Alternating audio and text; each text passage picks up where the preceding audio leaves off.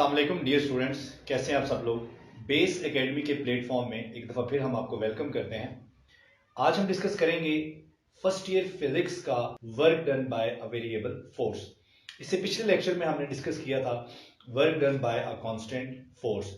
अगर आप लोगों ने वो लेक्चर नहीं देखा तो उसका लिंक डिस्क्रिप्शन में भी है और ऊपर आई बटन में भी शो हो रहा है, ठीक है। तो यहाँ से आप आई बटन को क्लिक करके वो लेक्चर देख सकते हैं।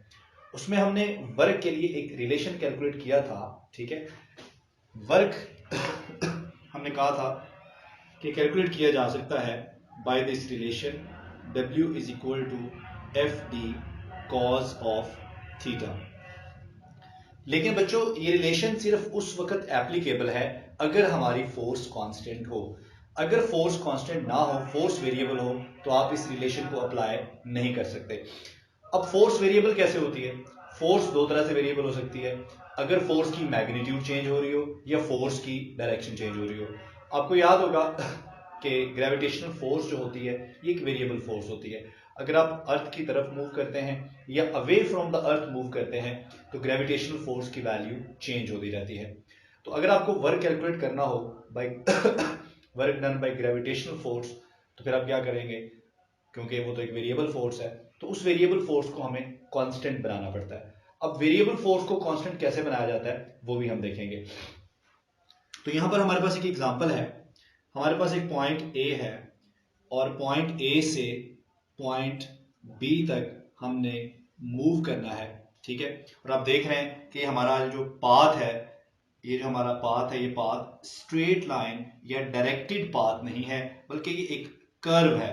तो ऐसी सूरत में फिर हम वर्क कैसे निकालेंगे पोजीशन ए से पोजीशन बी तक? तो हम यहाँ पर अपने डिस्प्लेसमेंट को स्मॉल इंटरवल्स में डिवाइड कर लेते हैं। स्मॉल इंटरवल में डिवाइड करने का फायदा ये होगा कि हमारी जो फोर्स है वो कांस्टेंट बन जाएगी। एक इंटरवल के अंदर फोर्स की वैल्यू कांस्टेंट होगी। आपने इंटरवल्स इतने स्मॉल बनाने हैं कि एक इंटरवल के अंदर अंदर with in the interval force constant रहे और जो ही आप दूसरे इंटरवल में जाएंगे तो फोर्स की वैल्यू चेंज हो जाएगी। तो बच्चों ये यहाँ पर हम इंटरवल्स बना लेते हैं, ठीक है जी। ये स्मॉल इंटरवल्स आपने इतने स्मॉल बनाने हैं कि एक इंटरवल के अंदर अंदर फोर्स की वैल्यू जो है वो कांस्टेंट रहनी चाहिए। तो बच्चों इस तरह से जो सबसे पहला इंटरवल है, यहाँ पर जो फोर्स की वैल्यू है वो F1 है और इस इंटरवल की जो लेंथ है वो डेल D1 है और यहाँ पर जो एंगल बन रहा है वो θ1 है। इसी तरह से आप देख रहे हैं कि जो नेक्स्ट इंटरवल है उस इंटरवल में फोर्स की डायरेक्शन डिफरेंट है, ठीक है, इसलिए एंगल भी डिफरेंट होगा और यहाँ पर जो हमारा डिस्प्लेसमेंट होगा, हमारा जो पाथ की जो लेंथ होगी, इस इंटरवल की जो लेंथ होगी वो डेल D2 होगी। तो इस तरह जो सबसे आखिरी हमारा इंटरवल है, इस इंटरवल की जो लेंथ है वो डेल DN है और यहाँ पर जो फोर्स है वो FN है और इसी तरह से यहाँ पर जो एंगल है वो θN है। बच्चों अगर आपको A से B तक टोटल वर्क निकालना हो तो कैसे निकालेंगे? अब हम हर इंटरवल में, चूंकि एक इंटरवल के अंदर ये इंटरवल्स इतने स्मॉल है कि विद इन द इंटरवल के एक इंटरवल के अंदर फोर्स की वैल्यू कांस्टेंट है, लेकिन अब जब जो ही दूसरे इंटरवल में जाते हैं तो फोर्स की वैल्यू चेंज हो जाती है। तो हम क्या करेंगे, हर इंटरवल का वर्क हम अलग अलग कैलकुलेट करेंगे और एंड पे हम उन सारे वर्क्स को ऐड कर लेंगे। तो बच्चों सबसे पहले इंटरवल में हमारा वर्क होगा W1 और ये होगा F1 डेल D1 और cos θ1। इसी तरह से अगले इंटरवल में इसी को देखते हुए हमारा वर्क होगा F2 डेल D2 और cos θ2। इसी तरह से आप n इंटरवल तक इसको कैलकुलेट करें तो सबसे आखिरी जो n वाला इंटरवल है उसमें हमारा वर्क होगा Wn और फोर्स हो जाएगी Fn और डिस्प्लेसमेंट डेल Dn और cos θn। तो बच्चों ये हमारे पास हर इंटरवल का सेपरेट अलग अलग से वर्क आ गया।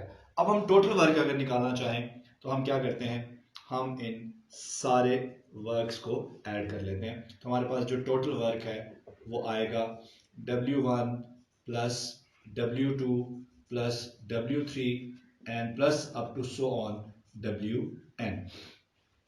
तो बच्चों हमारे पास आ जाएगा W is equal to W1 की जगह हम उसकी वैल्यू पुट करेंगे F1 इंटू डेल D1 और cos theta 1 plus F2 del D2 और cos थीटा 2 प्लस हम कहां तक ऐड करेंगे n तक, तो n पे हमारे पास आ जाएगा Fn del Dn और cos थीटा n। बच्चों इसी को हम लिख सकते हैं समेशन की फॉर्म में f इंटू डेल डी और cos ऑफ थीटा। जबकि समेशन में हमारी वैल्यू स्टार्ट हो रही है 1 से और कहां तक जा रहे हैं हम n तक, तो यहां पर भी हम i लगा देंगे, इसके साथ भी i और इसके साथ भी i। तो इस i की जगह पहले 1 1 1 आएगा, समेशन की वजह से फिर प्लस होगा, फिर 2 2 2 आएगा, फिर समेशन की वजह से प्लस होगा और फिर 3 3 3 आएगा। तो इस तरह से ये हमारे पास आ गया work done by a variable force. तो बच्चों ये हमारे पास है work done by a variable force.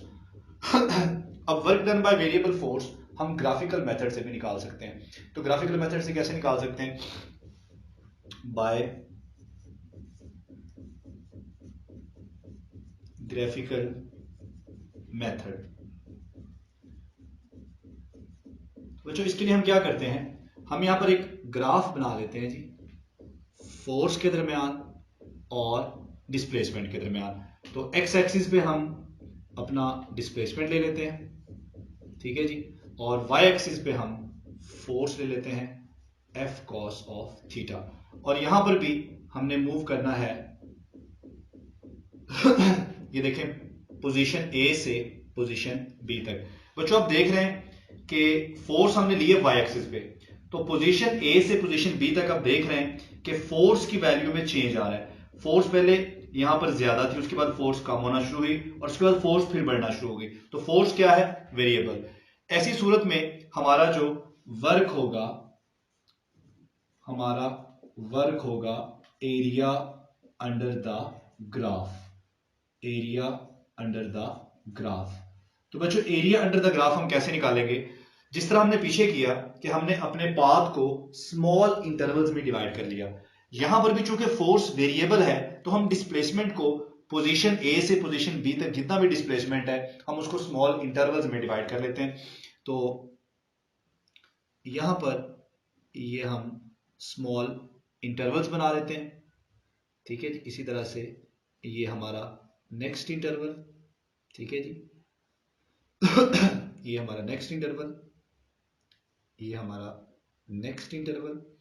तो ये देखें जी हमने क्या किया, हमने स्मॉल इंटरवल्स में डिवाइड कर लिया हमारे इस पूरे पाथ को पोजीशन ए से पोजीशन बी तक। अब क्या हुआ, इंटरवल्स में डिवाइड करने का फायदा ये हुआ कि एक इंटरवल के अंदर अंदर फोर्स की वैल्यू क्या हो गई, कांस्टेंट हो गई।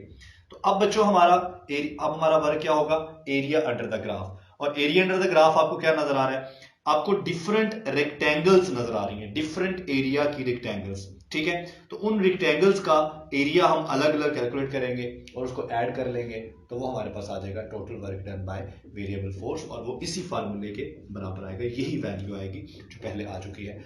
अच्छा, अगर हम ज्यादा एक्यूरेट करना चाहते हैं, हम ज्यादा एक्यूरेट वर्क को कैलकुलेट करना चाहते हैं, तो फिर हमें क्या करना होगा, हम इन इंटरवल्स को बहुत ही स्मॉल बना लेते हैं। इतना स्मॉल बना देते हैं कि इन इंटरवल्स की जो लेंथ है वो जीरो ना हो, बल्कि अप्रोक्सीमेटली जीरो के बराबर हो, बहुत ही स्मॉल हो, इतनी स्मॉल हो कि वो जीरो ना हो बल्कि अप्रोचेस टू जीरो हो। तो ऐसी सूरत में हमारा जो वर्क है वो और ज्यादा एक्यूरेट हो जाएगा। तो फिर हमारा फार्मूला क्या बन जाएगा, हमारा फार्मूला कुछ यूं हो जाएगा, यहां पर हम लिमिट अप्लाई कर देंगे डिस्प्लेसमेंट के ऊपर, limit del D approaches to zero, और यहां पर हम वैसे ही लिखेंगे F I into del D I और कॉस थीटा आई, जबकि आई फ्रॉम 1 to n। तो अब हमारा वर्क जो है वो ज्यादा एक्यूरेट हो जाएगा। हमने इन इंटरवल्स को इतना शॉर्ट कर लिया है कि ये इंटरवल्स में जो डिस्प्लेसमेंट है इनकी जो लेंथ है इन इंटरवल्स की वो इतनी शॉर्ट है कि वो जीरो नहीं है, बल्कि अप्रॉक्सीमेटली अप्रोचेस टू जीरो है, जिसकी वजह से हमारी जो फोर्स है उनको ज़्यादा बेहतर हम कैलकुलेट कर सकेंगे और हमारा वर्क ज़्यादा एक्यूरेट हो जाएगा। तो बच्चों ये है work done by the variable force. अब हमने ये देख करना है कि इस लेक्चर को देखने के बाद कमेंट सेक्शन में जाना है, वहां पर आपको एक एमसीक्यूज मिलेगा, एक important MCQs related to this topic. उस एमसीक्यूज को आपने जरूर सॉल्व करना है और उसका आंसर भी आपने उस कमेंट में लिखना है। Thank you, Allah Hafiz.